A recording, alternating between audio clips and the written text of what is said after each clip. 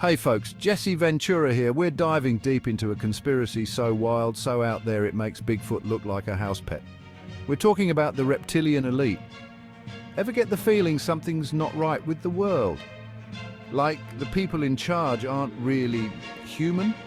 That's the basic idea here.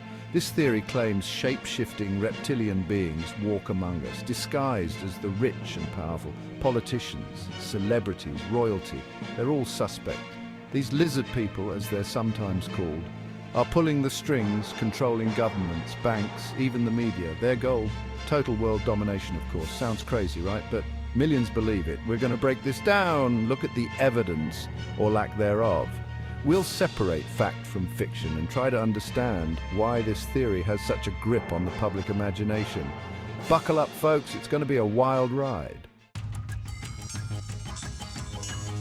One of the cornerstones of the reptilian elite theory is the supposed use of symbols. Proponents point to things like the all-seeing eye on the dollar bill, pyramids, and other ancient symbols as proof of a hidden agenda. They claim these symbols are used by secret societies like the Illuminati, who are supposedly in cahoots with these reptilian overlords. The all-seeing eye, often associated with ancient Egyptian deities, is seen as a symbol of surveillance and control. Pyramids, with their mysterious chambers and connections to ancient knowledge, are believed to hold secrets about the true nature of these reptilian beings. These symbols, according to the theory, are not just decorative. They're a way for the elite to communicate with each other and signal their power to the world. But is there any truth to this? Could these symbols really be evidence of a reptilian conspiracy, or are they simply being misinterpreted and taken out of context? We'll examine the history and meaning behind these symbols, separating speculation from fact. The reptilian elite theory doesn't stop at shadowy figures and secret handshakes. It goes deeper, claiming that certain bloodlines, particularly royal and aristocratic families, are directly descended from these reptilian beings. Think about it. For centuries, these families have held power, passing it down through generations. Coincidence? Or something more sinister? Believers point to the prevalence of intermarriage within these elite circles as a way to maintain their reptilian bloodlines. They claim that certain physical traits, like blue blood or a tendency towards cold-bloodedness, are evidence of their reptilian ancestry.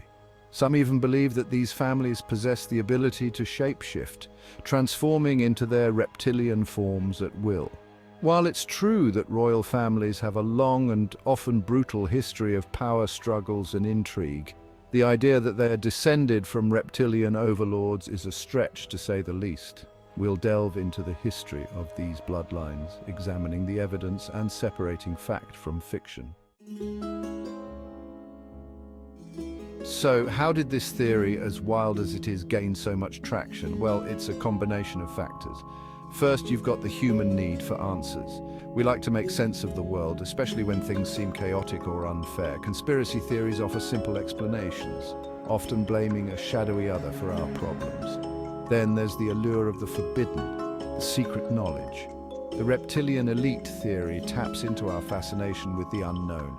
The idea that there's a hidden truth out there that only a select few are privy to. And let's not forget the power of storytelling.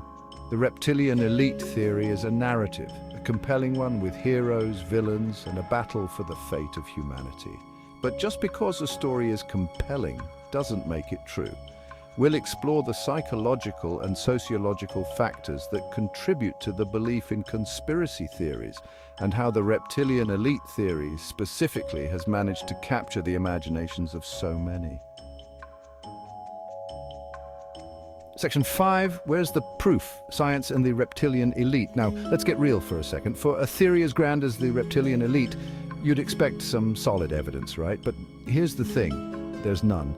No credible scientific study, no reputable expert, no government whistleblower has ever come forward with proof of reptilian beings controlling the world. Proponents often point to anecdotal evidence like personal encounters or blurry photos, but none of it holds up under scrutiny. The laws of biology are pretty clear. Humans are mammals. Reptiles are reptiles. We're not evolving into lizard people anytime soon. And the idea of shape-shifting, pure science fiction. We'll debunk some of the most common evidence presented by believers and show how it can be explained through more rational means. because in the end, extraordinary claims require extraordinary evidence, and the reptilian elite theory simply doesn't have it. Section 6. Mind games, how our brains trick us into believing. Here's the thing about our brains. They're wired to see patterns even when none exist. It's called apophenia. And it's one of the reasons why people see faces in clouds or hear hidden messages in music. This tendency, while usually harmless, can lead us down some strange paths, especially when it comes to conspiracy theories. The reptilian elite theory plays on our innate biases. We're naturally suspicious of authority, and the idea of a hidden enemy pulling the strings taps into that fear. Confirmation bias also plays a role. Once we start believing something, we tend to seek out information that confirms our beliefs, ignoring anything that contradicts it. We'll explore the psychological mechanisms that make us susceptible to conspiracy theories, and how these biases can distort our perception of reality. Because sometimes the most incredible conspiracies are the ones we create in our own minds. Section 7. The media's role fanning the flames of conspiracy. Let's be honest, the media loves a good story. And what's a better story than a global conspiracy involving reptilian overlords? The rise of the internet and social media has only amplified this phenomenon, creating echo chambers where conspiracy theories can flourish. Misinformation spreads like wildfire online, often disguised as legitimate news. Clickbait headlines, sensationalized stories, and manipulated images all contribute to the problem, and once an idea takes hold online, it can be difficult to debunk, even with overwhelming evidence to the contrary. We'll examine how the media, both traditional and online, has contributed to the spread of the reptilian elite theory. We'll look at the role of algorithms, the spread of misinformation, and the importance of media literacy in the age of digital information. Section 8. The price of paranoia, consequences of belief. Believing in conspiracy theories might seem harmless at first, but it can have real-world consequences. At its core, the reptilian elite theory promotes distrust in institutions, authority figures, and even our fellow human beings.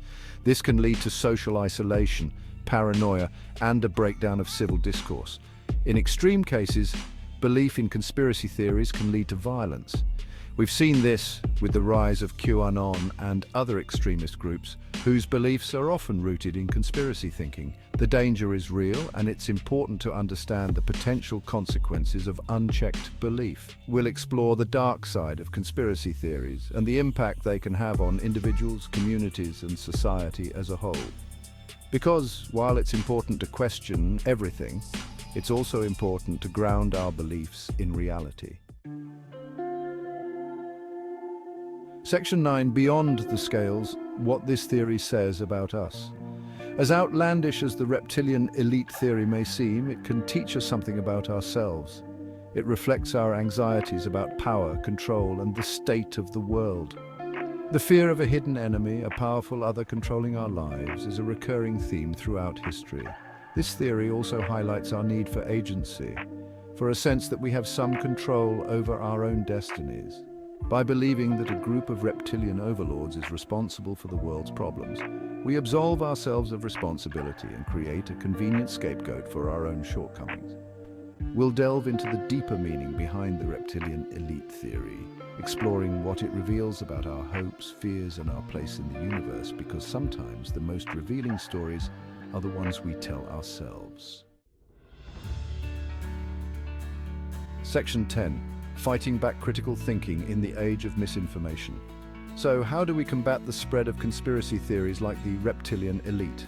It starts with critical thinking. We need to question everything, evaluate evidence objectively, and be willing to change our minds when presented with new information. It's also important to be aware of our own biases. We all have them, and recognizing them is the first step to overcoming them. We need to be wary of information that confirms our existing beliefs and seek out diverse perspectives. We'll discuss strategies for developing critical thinking skills, identifying misinformation, and engaging in constructive dialogue with those who hold different beliefs. Because in the age of information overload, critical thinking is more important than ever.